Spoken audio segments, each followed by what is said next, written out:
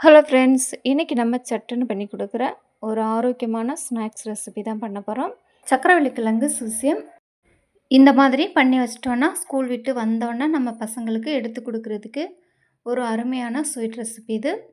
அருமையான evening snacks, ஆரோக்கியமான உணவு இது. சுசியம், சுகியம், சுழியம், சுவியம்னு ஒவ்வொரு ஊர்லேயும் ஒவ்வொரு பேர் சொல்கிறேன். இந்த சுசியம் செய்கிறதுக்கு புளிக்காத இட்லி மாவு இருந்தால் போதும், டக்குன்னு செஞ்சிடலாம். இட்லி மாவு இல்லைன்னா இந்த மாதிரி அரிசி எடுத்து ஊற வச்சுக்கிறேங்க. இட்லி மாவு எப்படி அரைப்போமோ அதே குவான்டிட்டி 1/4 கப் உளுந்து, 1 கப் அரிசி சேர்த்து நல்லா ஊற வச்சுட்டு மாவு அரைச்சி எடுத்துக்கிறேங்க. எந்த அளவுக்கு நைஸாக அரைக்க முடியுமோ அந்தளவுக்கு நைஸாக தோசை மாவு போல் அரைச்சி எடுத்துக்கிறேங்க. சர்க்கரை வெள்ளைக்கிழங்கு சுசியம் செய்ய சர்க்கரை வெள்ளைக்கிழங்கு எடுத்து தோல் எல்லாத்தையும் நல்லா க்ளீன் பண்ணி எடுத்துக்கலாம். இந்த மாதிரி செய்யும் போது தான் நம்மளுக்கு இந்த சர்க்கரை வெள்ளைக்கிழங்கு நல்ல கிழங்கா என்னென்னு தெரியும். மேலே பார்க்குறதுக்கு கிழங்கு நல்லாயிருக்கும். ஒவ்வொரு கிழங்குல உள்ளே இருக்கிற கசப்பு தன்மையான ஒரு மாதிரியான பகுதி இருக்கும். அது தெரியாது முழுசாக வேக வைக்கும்போது. இந்த மாதிரி நம்ம கட் பண்ணி வேக வைக்கும்போது நம்மளுக்கு சரியான கிழங்கா எடுத்து வேக வச்சுக்கிற முடியும். கிழங்கு வெளியில் பார்க்க நல்லாயிருக்கும். சப்போஸ் அந்த கிழங்கு சரியில்லாத கிழங்கா இருந்து அந்த கிழங்கை நம்ம கட் பண்ணி பார்க்காம முழுசாக வேக வச்சிட்டோம் அப்படின்னா அந்த கிழங்கு முழுவதுமே கசப்பு தன்மையாயிரும். அந்த கிழங்கை சாப்பிட இயலாது. கிழங்கு லேசாக மூழ்கிற அளவுக்கு தண்ணி சேர்த்து கிழங்கை நல்ல கொலைய வேக வச்சு எடுத்துக்கிறோங்க. கிழங்குல உள்ள தண்ணியை கீழே வடிக்கக்கூடாது. கரெக்டாக நம்ம வைக்கிற தண்ணி இந்த கிழங்கு வேகிறதுக்கும் நம்ம மசிக்கிறதுக்கும் சரியாக இருக்கிற மாதிரி இந்த மாதிரி நம்ம வேக வச்சு எடுத்துக்கணும். மத்தோ இல்லை கரண்டியோ வச்சு ஓரளவுக்கு இந்த மாதிரி மசிச்சுக்கிறேங்க. மசித்த கிழங்குல ஒரு முடி தேங்காய் துருவல் சேர்த்துக்கிறேங்க. கூடவே 1 டேபிள் ஸ்பூன் ஏலக்காய் தூள் சேர்த்துக்கிறேங்க. தேங்காய் துருவல், ஏலக்காய் தூள் சேர்த்து நல்லா கலந்து விட்டுக்கிறேங்க. நீங்கள் எவ்வளவு கிழங்கு எடுத்துருக்கீங்களோ அதுக்கு தகுந்தாற்போல் நீங்கள் வெல்லம் கூட்டி குறைச்சி சேர்த்துக்கிறேங்க.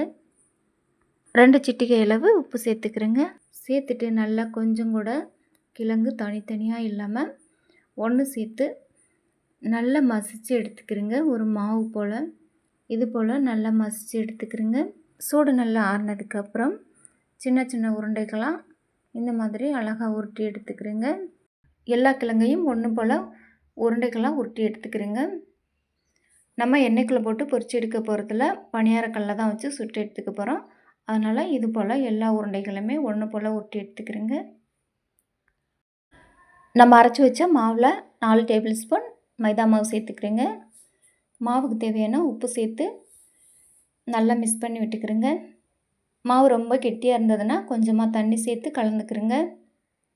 மாவு ரொம்பவும் கெட்டியாக இருக்கக்கூடாது, ரொம்பவும் தண்ணியாக இருக்கக்கூடாது. லைட்டாக தண்ணி சேர்த்து நல்லா மிக்ஸ் பண்ணி விட்டுக்கிறேங்க. நம்ம கல்லுப்பு சேர்த்துருக்கோம், நல்லா கரையணும். உப்பு நல்லா கரையணும், மாவும் நல்லா மிக்ஸ் ஆகணும்.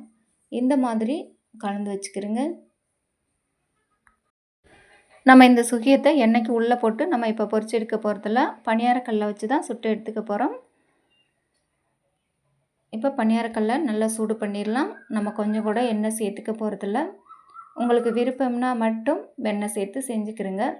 இந்த மாதிரி செய்யும்போது எண்ணெயும் அதிகமாக சேராது.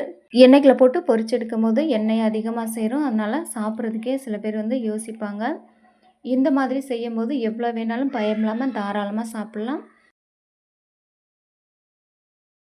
சுகியம் செய்கிறதுக்கு நம்ம கையில் இழுகி கஷ்டப்படாமல் அழகாக இந்த மாதிரி 2 ஸ்பூன் வச்சுட்டு அழகாக செஞ்சு முடிச்சிடலாம். சுகியம் உருண்டைகளை இந்த மாதிரி ஸ்பூனில் எடுத்துகிட்டு மாவில் நல்லா நனைச்சி பணியாரக்கல்ல சூடு பண்ணி அதில் எல்லாத்தையுமே சேர்த்துடலாம்.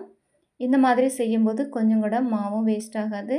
அங்கே இங்கேயுமா மாவு கீழே வடியாமல் செய்கிற வேலை க்ளீனாக இருக்கும். எல்லா குழிகளுக்கும் இது போல் சேர்த்துட்டு எண்ணெய் சேர்க்குறதுக்கு உங்களுக்கு விருப்பம்னா லைட்டாக மேலே எண்ணெய் சேர்த்துக்கிறேங்க. இல்லை எனக்கு எண்ணெயே சேர்த்து சாப்பிட பிடிக்கல, எண்ணெய் சேர்த்து சாப்பிடக்கூடாது அப்படின்னா நீங்கள் எண்ணெய் சேர்க்காமல் ஸ்கிப் பண்ணிடலாம். கீழே லைட்டாக வெந்திருக்கும், மேலே மாவாக இருக்கும். மேலே மாவாக இருக்கும் போதே டக்குன்னு திருப்பி விட்டுருங்க எல்லாத்தையும். அப்போ தான் நம்மளுக்கு ஒரு உருண்டையான ஷேப்புக்கு வரும். பார்க்குறதுக்கு ரொம்ப அழகாக இருக்கும்.